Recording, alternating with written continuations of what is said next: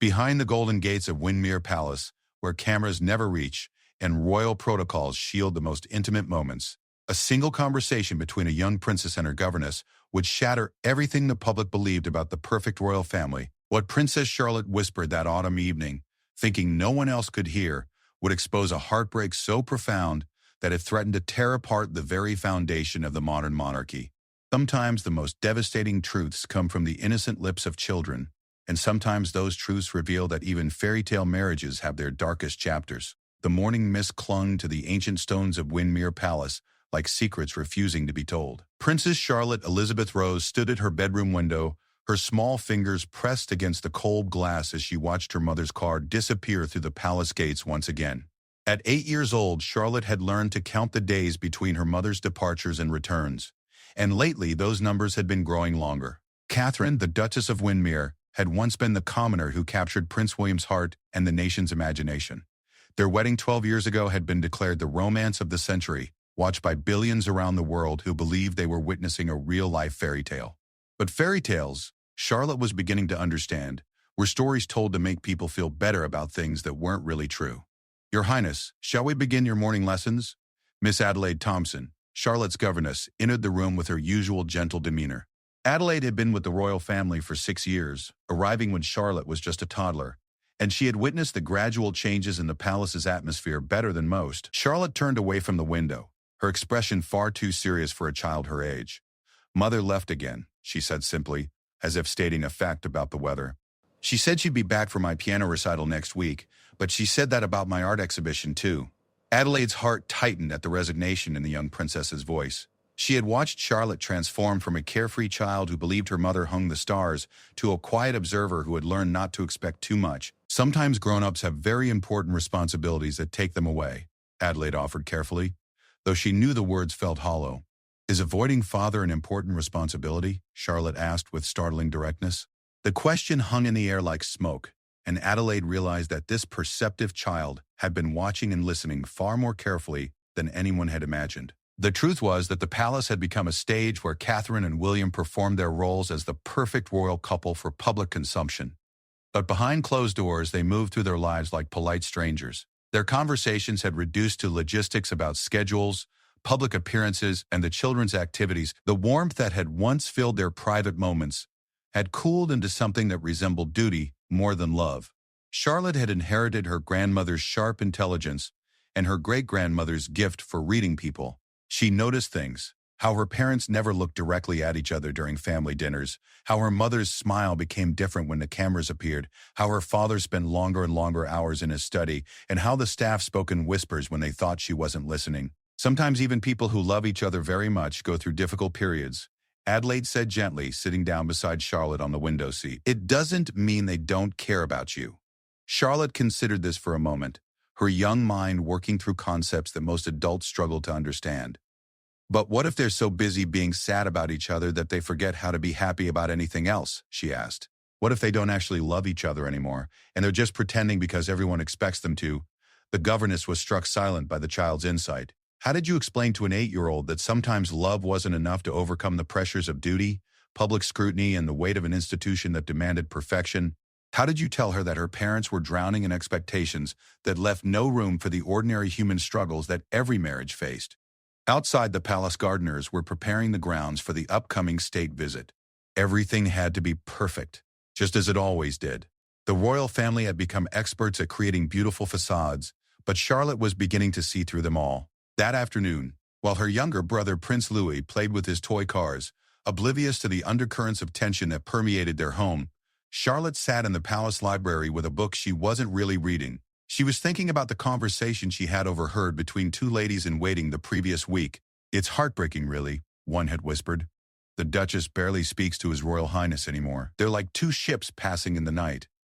"The children are bound to notice soon," the other had replied. "Little Charlotte is so observant. I worry about what this is doing to them." Charlotte had pretended to be absorbed in her picture book, but every word had lodged itself in her memory. She understood now why family dinners felt like performances, why her mother's hugs had become brief and distracted, why her father looked so tired all the time, and why the palace, despite being filled with people, often felt unbearably lonely. The weight of this knowledge sat heavy on her small shoulders. She loved both her parents desperately, but she was beginning to realize that love between a child and parent was different from love between husband and wife. Her love for them was simple and uncomplicated, but their love for each other had become tangled up in things she couldn't fully understand: duty, disappointment, and the relentless pressure of living their entire lives under public scrutiny. As evening approached, Charlotte made a decision that would change everything. She had been carrying her observations and fears alone for too long, and the burden was becoming too heavy for a child to bear. She needed to talk to someone who would listen, someone who would help her make sense of the sadness that seemed to follow her family like a shadow. Miss Adelaide found her in the music room that evening, sitting at the piano but not playing. The governess had grown to love this thoughtful child as if she were her own, and she recognized the signs that Charlotte was struggling with something significant. "Would you like to talk about what's troubling you, Your Highness?" Adelaide asked, settling into the chair beside the piano bench. Charlotte's fingers moved silently over the keys, playing an imaginary melody. For several minutes, she didn't speak, and Adelaide waited patiently, knowing that pushing the child would only cause her to retreat further into herself. Finally, Charlotte's voice broke the silence, so quiet that Adelaide had to lean forward to hear her. "I think Mother and Father are going to get divorced," she whispered, the words tumbling out like water through a broken dam. "I think they don't love each other anymore, and they're just staying together because they have to, because of us, and because of what people would say." The governess felt her heart break for this perceptive child who had been forced to confront adult realities far too early. "What makes you think that, sweetheart?" she asked gently. And then, as if a floodgate had opened, Charlotte began to speak. She told Adelaide about all the things she had noticed: the separate bedrooms her parents now occupied, the way they avoided being alone together, how her mother's charity work had become an escape from the palace, how her father buried himself in royal duties to avoid being home, and how both of them seemed to light up only when they were with the children, as if parenthood was the only thing they still shared. "I heard Mother crying in her dressing room last week," Charlotte continued, her young voice carrying a pain that no child should have to articulate. "And Father was standing outside her door, but he didn't go in. He just stood there for the longest time and then walked away. Why wouldn't he comfort her if he loved her?" Adelaide struggled to find words that would be both honest and appropriate for a child. The truth was that she had witnessed the gradual deterioration of the royal couple's relationship, had seen how their public displays of affection had become increasingly strained, how their private conversations had dwindled to necessary communications about schedules and appearances. The palace staff had been walking on eggshells for months, careful not to acknowledge the obvious tension between the Duke and Duchess. Everyone knew, but no one spoke of it openly. The royal family's personal struggles were treated like state secrets, protected by loyalty, discretion, and the understanding that some truths were too dangerous to voice. But Charlotte's innocent questions cut through all the careful pretense. She was asking the questions that everyone else was afraid to ask, articulating the fears that hung unspoken in the palace corridors. "Sometimes grown-ups go through very difficult times," Adelaide said carefully. "And sometimes, when people are hurting, they don't always know how to help each other. It doesn't mean they don't care, but sometimes caring isn't enough to fix what's broken." Charlotte absorbed this wisdom with the gravity of someone much older. "Is it my fault?" she asked suddenly. "Is it because Mother got so sad after Louis was born? I remember how different everything became then." The question revealed just how much this observant child had pieced together. Catherine's struggle with postpartum depression after Louis's birth had indeed marked a turning point in the royal marriage. What should have been a time of joy had become a period of struggle that neither parent had known how to navigate while maintaining their public responsibilities. "Oh, my dear girl," Adelaide said, pulling Charlotte into a gentle embrace. "None of this is your fault, or Louis's fault, or anyone's fault, really. Sometimes life becomes complicated in ways that no one expects or plans for." But even as she offered comfort, Adelaide knew that Charlotte's fears were not unfounded. The marriage between the Duke and Duchess of Windsor was indeed in crisis, and despite everyone's best efforts to shield the children, the emotional distance between their parents was impossible to hide from such a perceptive child. As the evening deepened and the palace settled into its nighttime routines, Charlotte made another decision that would have far-reaching consequences. She was tired of pretending not to notice, tired of carrying her fears alone, and tired of watching her family fall apart in slow motion. She was going to talk to her parents directly, despite every royal protocol that discouraged such directness. She was going to ask them the questions that needed to be asked, even if the answers might hurt, because sometimes, she had learned, the truth was less frightening than the uncertainty of not knowing. The next morning would bring conversations that would shake the very foundations of how the royal family communicated with each other.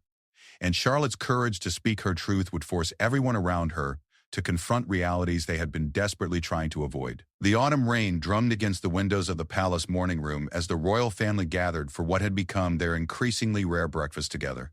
Prince William sat behind his newspaper, the financial sections providing a barrier between himself and the uncomfortable silence that had become their family's default setting. Catherine sat across from him, stirring her tea with mechanical precision while scrolling through her tablet, reviewing the day's charitable engagements that would keep her away from the palace until evening. Charlotte entered the room with purpose, her small footsteps echoing on the polished marble floor. She had spent the night rehearsing what she wanted to say, practicing the words that had been building inside her like pressure in a kettle.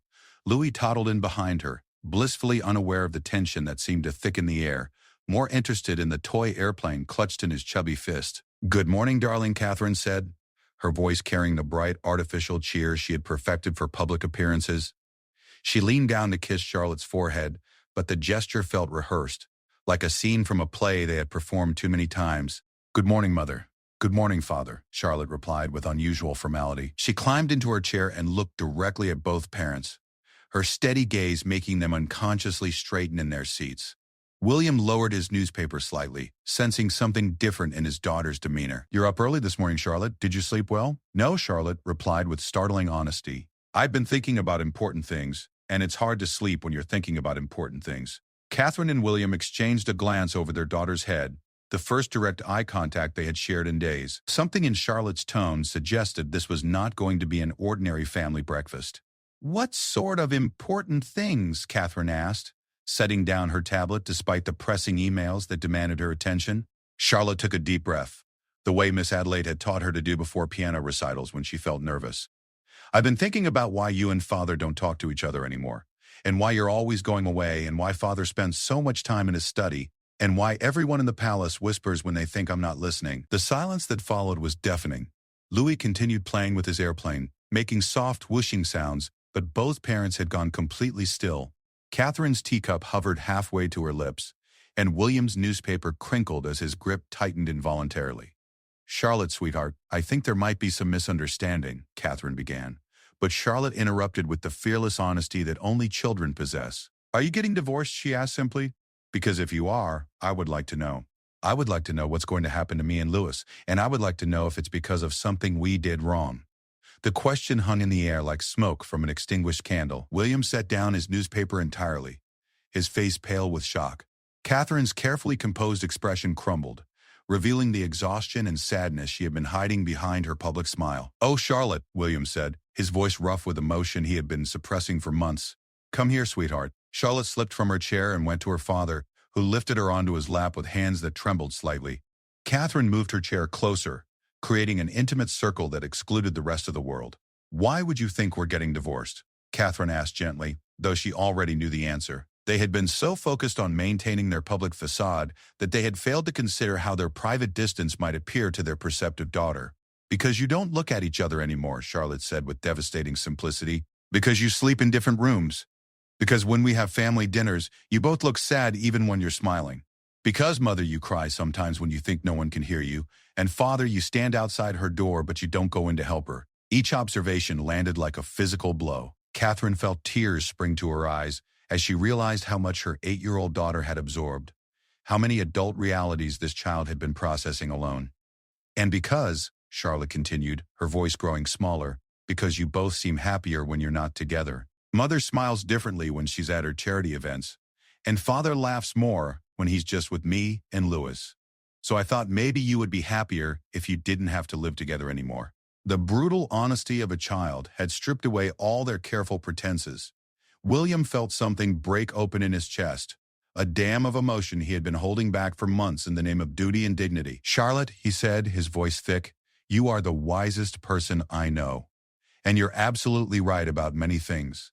Mother and I have been going through a very difficult time, and we haven't done a good job of protecting you from our problems." Catherine reached out and took Charlotte's small hand in both of hers.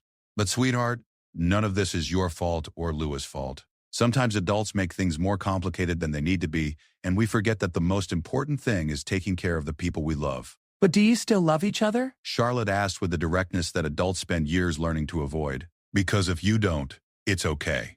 Miss Adelaide told me that sometimes people can care about each other without being married. But I just want to know the truth, because not knowing makes everything feel scary.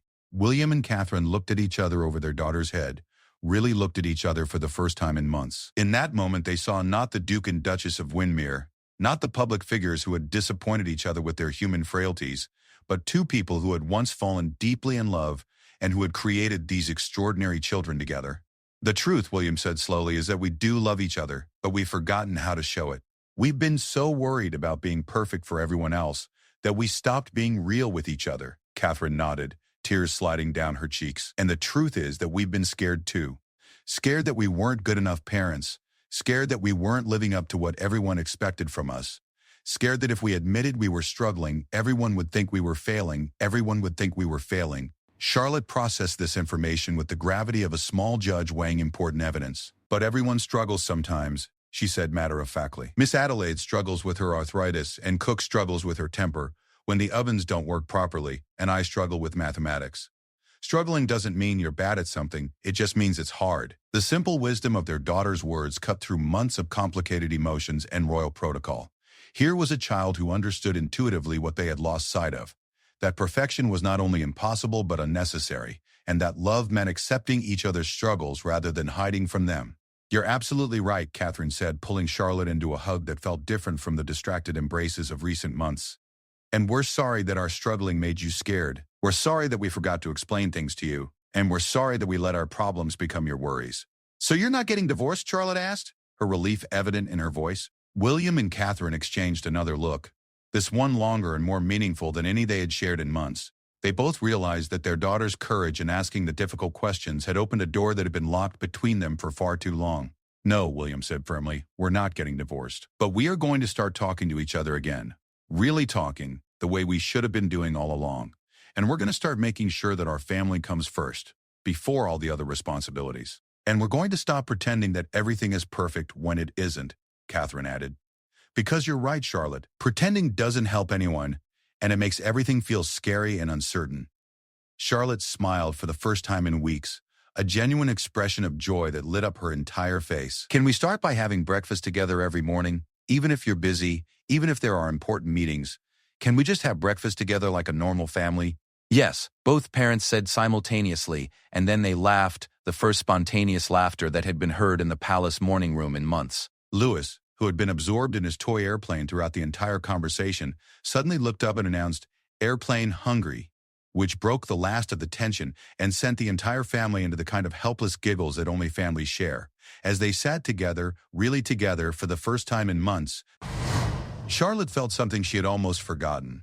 The security of knowing that her family was solid, that her parents loved each other and loved her and Louis, and that even when things were difficult, they would face those difficulties together rather than retreating into separate corners of their vast, lonely palace. The road ahead would not be easy. There were still difficult conversations to be had, patterns to change, and wounds to heal. But Charlotte's brave questions had done what months of careful diplomacy and royal protocols had failed to accomplish. They had reminded two people who had lost their way that love, real love, requires courage, honesty, and the willingness to be imperfect together. 3 weeks after Charlotte's breakfast intervention, Windermere Palace had begun to feel like a different place entirely. The changes were subtle at first, visible only to those who knew the family intimately, but they rippled outward through the household staff, the private secretaries, and eventually to the observant eyes of the British press. It started with the small things that matter most in any family. William and Catherine began eating breakfast together every morning, a non-negotiable appointment that took precedence over everything else on their calendars. Their private secretary, Margaret Hartwell, had been initially horrified at the idea of blocking out this time when there were always urgent matters demanding attention, but she had learned to adapt when she saw how the change affected the entire household's atmosphere. "Your Royal Highnesses," Margaret had said during their first family breakfast scheduling meeting, "the Archbishop of Canterbury specifically requested a morning audience next Tuesday, and the Prime Minister's office has indicated that Wednesday morning would be ideal for the Climate Initiative briefing. The Archbishop can join us for afternoon tea if the matter is urgent," William had replied calmly, "and the Prime Minister's briefing can be moved to Wednesday afternoon. Our breakfast time is not available for scheduling." Margaret had blinked in surprise. In 12 years of managing the royal couple's calendar, she had never heard them prioritize family time over official duties with such firmness. But as the days passed, she began to notice something remarkable. The Duke and Duchess seemed more focused and effective in their public roles, as if the time spent reconnecting as a family had recharged their ability to serve their public duties. Charlotte noticed the changes immediately, with the keen observation skills that had led to this transformation in the first place. Her parents looked at each other again during conversations, instead of directing their attention safely toward their children or their official papers. They touched each other casually. Small gestures like Catherine's hand on William's shoulder when she passed behind his chair, or William's fingers briefly covering Catherine's when she passed him the morning newspaper. More importantly, they talked to each other about things that mattered, not just the logistics of royal life, but their thoughts, feelings, and observations about the world around them. Charlotte discovered that her parents were actually quite interesting people when they allowed themselves to be genuine instead of perfectly appropriate. "Did you know," Charlotte announced to Miss Adelaide one afternoon, "that Mother thinks the new rose garden design looks like a giant's dinner plate, and Father thinks it looks like a compass rose?" They had a whole discussion about it this morning, and they were both laughing. Adelaide smiled as she helped Charlotte with her French homework. "It sounds like your parents are remembering how to be friends again, in addition to being married. What's the difference?" Charlotte asked with genuine curiosity. "Well," Adelaide considered carefully, "when people are married, they love each other and take care of each other. But when they're friends too, they actually enjoy spending time together. They're interested in each other's thoughts and ideas, and they have fun together." Charlotte nodded thoughtfully. "I think they forgot how to have fun together because they were too worried about being perfect for everyone else." The governess was continually amazed by this child's insight into human nature. "That's a very wise observation, Your Highness." The changes extended beyond the breakfast table. Catherine had made a conscious decision to reduce her charity commitments to a more manageable level, recognizing that her frantic schedule had become a way of avoiding the emotional work needed at home. She still maintained her passion projects and key patronages, but she was no longer booking every available moment in an attempt to stay busy enough to avoid thinking about her marriage. "I realized," she confided to her lady-in-waiting, Sarah Pemberton, "that I was using my charitable work as an escape, not consciously, but I was filling every moment because I didn't want to face the problems at home." But you can't run away from your family indefinitely, especially when you love them. Sarah, who had been with Catherine since her engagement and had witnessed the gradual deterioration of the royal marriage, was relieved to see her employer taking steps toward healing. "The children seem so much happier, Your Royal Highness. Prince Louis has been singing at breakfast, and Princess Charlotte looks less watchful." That last observation cut deep. Catherine had not realized how much her daughter's natural childhood joy had been dimmed by the tension in the household. Charlotte had been carrying the emotional weight of her parents' problems, watching and worrying with the intensity of a much older person. William, for his part, had made his own adjustments. He had been using his royal duties as his own form of escape, accepting every possible engagement and spending long hours in his study reviewing briefing papers that could easily have waited until the next day. He began delegating more effectively and setting boundaries around his work time at home. "I want to be present when I'm home," he explained to his private secretary, James Morrison. "For too long, I've been physically here but mentally elsewhere. My family deserves better than that." The staff throughout the palace began to notice the difference. The housekeepers reported that both royal bedrooms appeared to be in use again. The kitchen staff observed that family meals were lasting longer, filled with actual conversation rather than polite, brief exchanges. The gardeners mentioned that they frequently saw the family walking together in the grounds, something that had become rare in recent years. But perhaps most significantly, Charlotte began to relax back into being a child rather than a worried observer of adult problems. Her laughter returned, genuine and frequent. She started asking for bedtime stories again, something she had stopped doing when she had become too preoccupied with her parents' problems. She began making plans that extended beyond the immediate future, talking about her upcoming birthday party and the summer holidays with excitement rather than uncertainty. "I think," she told Miss Adelaide one evening as they worked on a jigsaw puzzle together, "that Mother and Father are going to be okay now." "What makes you think so?" Adelaide asked, though she had observed the same positive changes. "Because they're fighting now," Charlotte said with satisfaction. Adelaide looked up in alarm. "Fighting?" Charlotte giggled at her governess's expression. "Not angry fighting, good fighting. Like yesterday, they had a whole argument about which movie to watch after dinner, and they were both laughing and trying to convince each other, and Father kept saying Mother's favorite films were too sad, and Mother kept saying Father's favorite films had too many explosions." Adelaide relaxed, understanding what Charlotte meant. Ah, you mean they're comfortable disagreeing with each other again? Exactly. For the longest time, they were so polite to each other, like strangers. But people who love each other can disagree about movies and still love each other. It's only when you're scared of someone that you have to agree with everything they say. The wisdom of this 8-year-old continued to astonish everyone around her.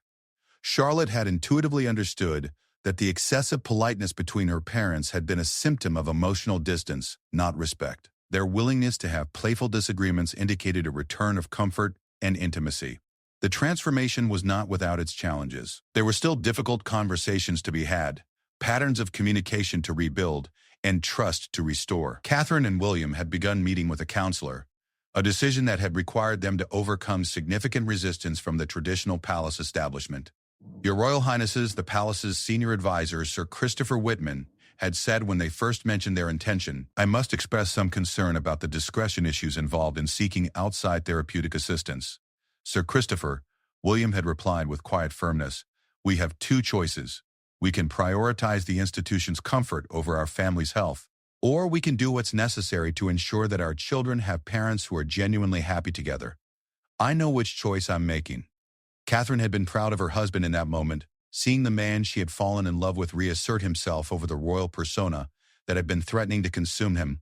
It was a reminder that underneath all the protocols and expectations, William was still the person who had once driven across London at midnight to bring her soup when she had the flu, the person who had proposed to her in a Scottish cabin with no cameras or fanfare, just the two of them and the love they shared. The counseling sessions, conducted with a therapist who specialized in high-pressure relationships and who had signed extensive confidentiality agreements, became a safe space where they could air grievances, explore their individual needs, and rediscover the connection that had brought them together in the first place. "We lost ourselves somewhere along the way," Catherine had admitted during one session. "We became so focused on being the perfect royal couple that we forgot how to be Catherine and William, who happened to be in love. And we started seeing each other as part of the job instead of as the reason the job was worthwhile," William had added. Their therapist had helped them understand that their struggles were not unique to royal marriages, but rather common to any relationship where external pressures and expectations became more important than the actual connection between two people. The path forward involved rediscovering their individual identities while rebuilding their partnership, learning to communicate directly instead of through the careful diplomacy they used with everyone else. One evening, as Charlotte practiced her piano in the music room, she could hear her parents talking in the adjacent sitting room. Their voices carried a warmth and intimacy that had been missing for so long. They were discussing plans for Louise's upcoming birthday, but more than that, they were enjoying each other's company. Charlotte smiled as she played, recognizing that her brave decision to speak her truth had not only saved her family, but had taught her something valuable about love. Real love, she had learned, was not about being perfect or never having problems. Real love was about being brave enough to tell the truth, even when it was scary, and being willing to do the hard work of understanding each other. As she finished her piece and prepared to join her parents, Charlotte reflected on how much had changed since that breakfast when she had asked the question that everyone was afraid to ask. Sometimes, she thought, the most important thing a person could do was simply tell the truth and trust that the people who loved them would be brave enough to hear it. The first public test of the royal family's renewed solidarity came unexpectedly on a crisp November morning, 6 weeks after Charlotte's transformative breakfast conversation. The family was attending the annual Remembrance Day service at Westminster Abbey, one of the most solemn and scrutinized events on the royal calendar. For Charlotte, it would be her first major public appearance since she had become acutely aware of her parents' marital struggles and recovery. As their car approached Westminster Abbey, Charlotte could see the crowds of people lining the streets, the photographers with their long telephoto lenses, and the television crews broadcasting live to millions of viewers around the world. The magnitude of public attention had never bothered her before, but now she understood something she had been too young to grasp previously. Every gesture, every expression, every moment of interaction between her parents would be analyzed and interpreted by strangers who believed they understood the royal family better than the family understood themselves. "Are you nervous, sweetheart?" Catherine asked, noticing Charlotte's unusually quiet demeanor as their car drew closer to the Abbey. Charlotte considered the question seriously. "Not nervous exactly," she said thoughtfully, "but I keep thinking about how everyone is going to be watching to see if you and Father look happy together." William and Catherine exchanged a glance, struck once again by their daughter's perceptive understanding of their public life. They had been so focused on rebuilding their private relationship that they had not fully considered how their renewed closeness would be perceived by the media and the public, who had grown accustomed to analyzing every royal appearance for signs of marital discord. "You're absolutely right," William said gently. "People will be watching and making judgments. But the difference now is that we're not pretending anymore. We're genuinely happy to be together, so whatever people see will be real." Charlotte nodded, absorbing this wisdom. "So if you hold Mother's hand, it's because you want to, not because someone told you to for the photographs?" Exactly, Catherine confirmed, reaching over to squeeze Charlotte's hand. "Everything you see today will be genuine. We're not performing happiness anymore, we're actually living it." As they stepped out of the car and into the crisp November air, Charlotte observed her parents with the keen attention she had developed over the past months. She noticed how naturally William placed his hand on the small of Catherine's back as they walked up the Abbey steps, a gesture of protection and intimacy that had nothing to do with protocol. She saw how Catherine looked up at William and smiled when he whispered something in her ear, a smile that reached her eyes and transformed her entire face. The service itself was beautiful and moving, with its traditional hymns, readings, and the poignant silence that honored those who had given their lives in service to their country. But Charlotte found herself watching the congregation as much as participating in the service, noting how people's faces softened when they looked at her family, how the photographers captured genuine moments of connection between her parents. After the service, as they moved to the traditional receiving line, greeting veterans, military families, and dignitaries, Charlotte witnessed something that made her heart swell with pride. An elderly veteran, his chest decorated with medals from conflicts spanning decades, approached her father with tears in his eyes. "Your Royal Highness," the man said, his voice shaking with emotion, "I wanted to thank you for everything you and the Duchess do for our veterans' families. My grandson was killed in Afghanistan 3 years ago, and your wife's visits to our support group have meant more to us than I can express." Catherine stepped forward, her face immediately reflecting the man's grief. "I remember David," she said gently, using the veteran's grandson's name. "He was 22, wasn't he? A brilliant young man who loved rugby and wanted to be a teacher. When he finished his service," the old man's eyes filled with tears at hearing his grandson's name and details remembered so precisely. "You do remember," he whispered. "Even with all the people you meet, you remembered my David." William watched his wife comfort this grieving grandfather, and Charlotte saw something pass over her father's face that she recognized as profound love and admiration. Her father was seeing her mother not as the Duchess of Windsor fulfilling her royal duties, but as Catherine, a woman whose genuine compassion made her extraordinary at her public role. Later, as they walked to their next appointment, William said quietly to Catherine, "I had forgotten how amazing you are at connecting with people. Watching you with that gentleman reminded me of why I fell in love with you in the first place." Catherine looked surprised and pleased by the compliment. "I love this part of what we do," she replied. "When I can actually help someone or make them feel less alone, it reminds me why all the protocol and ceremony is worth it." Charlotte listened to this exchange with fascination. She was witnessing her parents rediscover their respect and admiration for each other, not just as husband and wife but as individuals with their own gifts and strengths. This was different from the polite acknowledgments they had been exchanging for months. This was genuine appreciation between two people who were falling in love with each other all over again. The day's final event was a private tea with a group of military families, an informal gathering where Charlotte and Louis were encouraged to interact with the other children present. As Charlotte played with a shy 6-year-old whose father was deployed overseas, she overheard a conversation between two military wives that made her pause. "They look so different," one woman was saying quietly. "The Duke and Duchess, I mean. Happier somehow, more connected." "I know what you mean," her friend replied. "At the last event I attended with them, they seemed polite but distant. Today they actually look like they enjoy being together." "It gives me hope, honestly," the first woman continued. "If a couple with their pressures can work through whatever they were struggling with, maybe the rest of us can too. Military marriages are hard, but royal marriages must be impossible." Charlotte felt a surge of pride in her parents, but also a deeper understanding of something important. Her parents' marriage was not just about their private happiness. It represented hope and stability for thousands of people who looked to the royal family as an example of enduring commitment. Her parents' struggles had been private, but their recovery would have public significance. That evening, as the family returned to Windsor Palace, Charlotte reflected on the day's events while Miss Adelaide helped her prepare for bed. "Did you have a good day, Your Highness?" Adelaide asked as she brushed Charlotte's hair. "I think it was a perfect day," Charlotte replied thoughtfully. "Not because everything went perfectly, but because everything felt real. When Mother comforted that sad grandfather, it wasn't because she was supposed to as the Duchess. It was because she actually cared about his grief. And when Father looked proud of her, it wasn't for the cameras. He really was proud. Adelaide smiled at Charlotte's insight.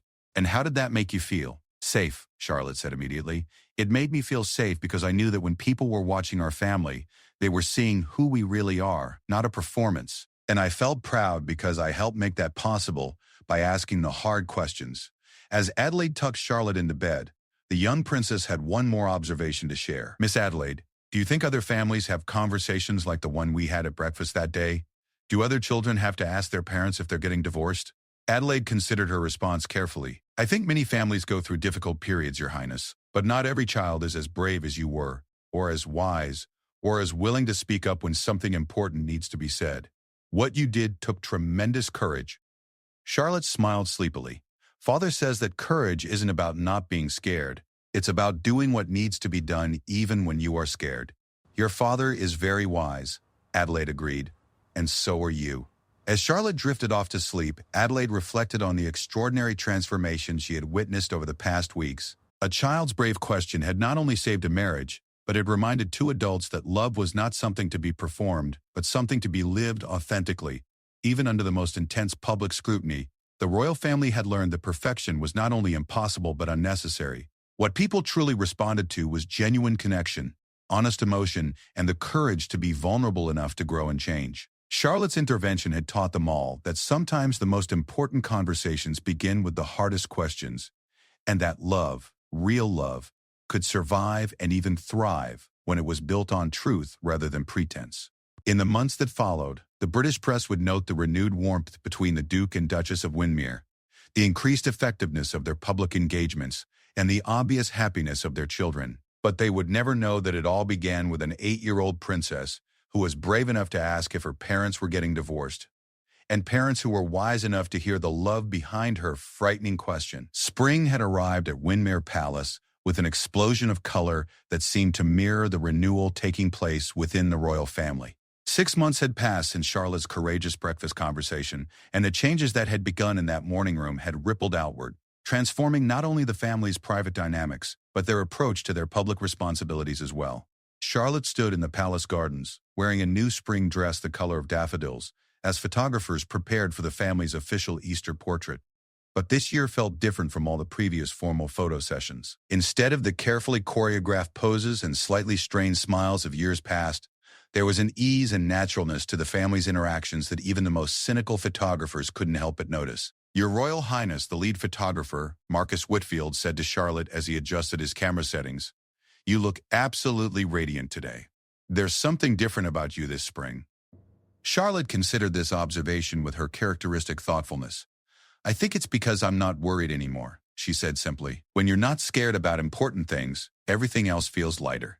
Marcus glanced over at the Duke and Duchess, who were laughing together as they tried to convince young Prince Louis to look at the camera instead of the butterfly that had captured his attention. "Your parents seemed quite happy as well." "They are happy," Charlotte confirmed with satisfaction. "They remember how to be friends again, and they remember that being married should be fun, not just duty." As the photo session progressed, Charlotte observed how naturally her parents moved together, how William's hand found Catherine's shoulder without conscious thought, how Catherine leaned into her husband when he whispered something amusing about Louis's determined pursuit of garden insects. These gestures weren't performed for the cameras. They were simply the natural expressions of two people who genuinely enjoyed each other's company. The transformation had not gone unnoticed by the broader royal household or the British public. Palace staff reported a marked improvement in the working atmosphere, with both the Duke and Duchess seeming more focused and effective in their roles. Their public engagements had taken on a new energy, with the couple's genuine partnership evident in how they supported and complemented each other's work. Sir Christopher Whitman, the senior advisor who had initially been skeptical of the family's decision to seek counseling, had become one of their strongest advocates after witnessing the positive changes in their public effectiveness. "I must admit," he had confided to Margaret Hartwell, the private secretary, "I was concerned about their Royal Highness's decision to seek therapeutic guidance. But the results speak for themselves. They are more present, more engaged, and frankly, more inspiring in their public role than they have been in years." The British press, always eager to analyze royal relationships, had noted the change as well. Headlines that had once hinted at marital discord were replaced by articles celebrating the couple's renewed partnership and the positive impact on their charitable work. But perhaps more importantly, Other families facing similar struggles had begun to reach out to the palace, sharing how the royal couple's obvious commitment to working through their difficulties had given them hope for their own relationships. Catherine had received a particularly moving letter from a military wife whose husband's deployment had strained their marriage to the breaking point.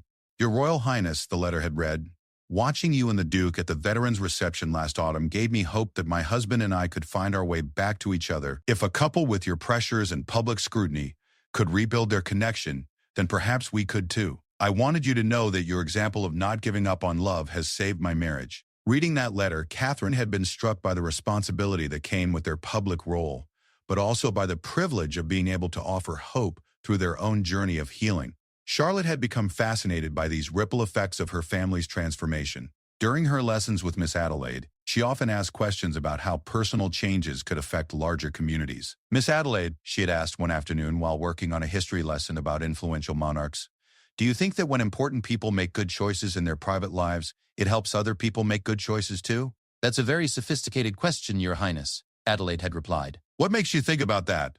"Well, Mother showed me some letters from people who said that seeing her and Father happy together again made them want to work on their own families. So I was wondering if being brave about personal things could be just as important as being brave about public things." Adelaide had been continually amazed by Charlotte's ability to grasp complex concepts about leadership and influence. "I think you're absolutely right. Sometimes the most powerful thing a leader can do is demonstrate that it's possible to grow, change, and overcome difficulties. That gives other people permission to believe they can do the same." Charlotte had nodded thoughtfully. "So when I asked Mother and Father if they were getting divorced, I wasn't just helping our family, I was helping all the families who look up to them." "That's exactly right," Adelaide had confirmed. "Your courage to speak the truth had consequences far beyond what you could have imagined." As the spring photo session concluded, the family walked together through the palace gardens, enjoying the afternoon sunshine and the sense of contentment that had become their new normal. Louis toddled ahead, still fascinated by the various insects and flowers that captured his attention, while Charlotte walked between her parents, occasionally taking each of their hands. "I have something to tell you both," Charlotte announced as they paused beside the rose garden that Catherine had redesigned the previous year. William and Catherine looked down at their daughter with the attentive interest that had replaced their previous distracted responses to their children's observations. "What is it, sweetheart?" Catherine asked. Charlotte took a deep breath, the same way she had before her momentous breakfast conversation months earlier. "I want you to know that I'm proud of you both, not because you're the Duke and Duchess, but because when I told you the truth about what I was seeing, you listened. And then you did the hard work to fix what was broken." William knelt down so he was at Charlotte's eye level. "That means more to me than you could possibly know," he said seriously. "But I want you to know that you saved our family, Charlotte. Your courage to ask the difficult questions gave us permission to be honest with ourselves and with each other. And your wisdom helped us remember what was truly important," Catherine added, also kneeling beside her daughter. "You reminded us that love isn't about being perfect. It's about being real and being willing to grow together." Charlotte smiled, but then her expression grew more serious. "I have one more thing to say," she announced. Both parents waited patiently, having learned to give their daughters' observations the respect they deserved. "I think we should tell people about what happened," Charlotte said with characteristic directness. "Not everything, because some things should stay private. But I think we should tell people that families can have problems and still love each other, and that asking hard questions and doing hard work can make things better." William and Catherine exchanged a look of surprise and admiration for their daughter's insight. "What makes you think that would be helpful?" Catherine asked gently. "Because of the letters you get from other families," Charlotte explained. "And because I've been thinking that if more children knew they could ask their parents hard questions, and if more parents knew they could get help when they're struggling, then maybe fewer families would stay broken when they could be fixed instead." The wisdom and compassion of their 8-year-old daughter left both parents momentarily speechless. Here was a child who had not only saved her own family, but was now thinking about how their experience could help others. "That's a beautiful idea, Charlotte," William said finally. "And you're right that sharing our story carefully and appropriately could help other families. It would show them that struggling doesn't mean failing, and that getting help is a sign of strength, not weakness." "Exactly," Charlotte said with excitement. "And it would show other children that they don't have to carry scary worries alone, and that grown-ups can learn and change and get better at loving each other." As they continued their walk through the gardens, all three adults in Charlotte's life, her parents and her governess, reflected on the extraordinary journey that had begun with a child's frightening question and had led to a complete transformation of how they understood love, family, and the courage required for authentic relationships. Charlotte had learned that love was not a fairy tale that happened once upon a time, but a choice that had to be made again and again, especially when things became difficult. She had learned that the most important conversations often began with the scariest questions, and that truth, however uncomfortable, was always preferable to pretense. Most importantly, she had learned that even children could be agents of change when they were brave enough to speak up about what they observed, and wise enough to trust that the adults who loved them would listen. As the sun set over Windermere Palace that evening, painting the ancient stones in shades of gold and pink, Charlotte felt the deep satisfaction that comes from knowing you have made a difference in the world, not through grand gestures or public achievements, but through the simple, profound act of telling the truth and believing that love was worth fighting for. Her parents' marriage had been saved not by perfect behavior or royal protocol, but by the courage of a child who refused to accept pretense when authenticity was possible, and by two adults who chose to hear love in a question that could have been interpreted as criticism. Together, they had learned that the most powerful transformations often begin with the smallest acts of honesty and the deepest commitments to growth.